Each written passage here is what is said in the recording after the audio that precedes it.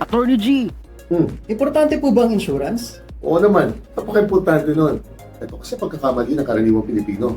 Pag kumikita na sila, whether sa trabaho man yan sa negosyo, tumatalong ka agad sila dun sa investment part. Nakakalimutan nila yung gitna. Ano ba yung gitna na yun?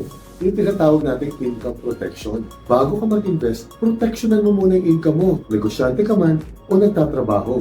Lalo na pag breadwinner ka kasi maraming umaasa sa'yo. Paano ba natin mapoproteksyonan ng income?